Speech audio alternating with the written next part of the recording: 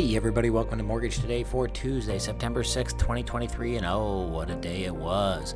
After a long weekend, MBS were down about 1/3 of a point early this morning. Stocks were flat. Bonds were weaker in the overnight session, with most of the losses being a catch-up move to the rest of the global bond market after being closed yesterday.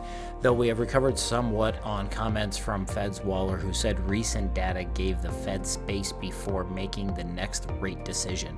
The latest Atlanta Fed GDP Now index sees Q3 growth at 5.6%, which seems completely out to lunch in the current debate whether the U.S. will have a hard landing or a soft landing. The upcoming week is pretty data light, as is typical.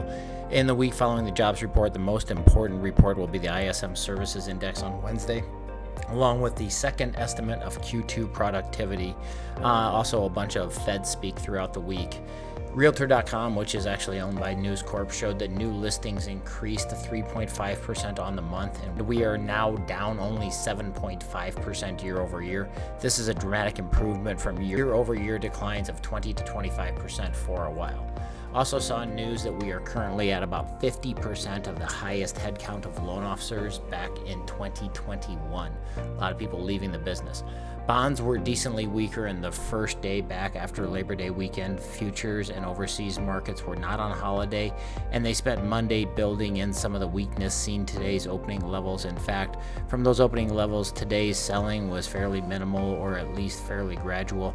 One of the most obvious measurable culprits was a glut of corporate bond issuance. This is always a consideration in the background, but it tends to push yields higher when issuance is larger than expected. The long weekend served to concentrate the dose. At the end of the day, we were down 45 basis points. The MBS 5.5, ending the day at 98.2. Another weird flat day on the stock market, but at 98.2, that puts us back down in this wide and nasty range that is bordered by the 25-day moving average on the ceiling, and a floor all the way down at 97.66, which we've tested, confirmed, came back above, and seem to be heading back down towards a little bit. There was some more talk on Friday about non-bank lenders getting access to funding via the federal home loan banking system.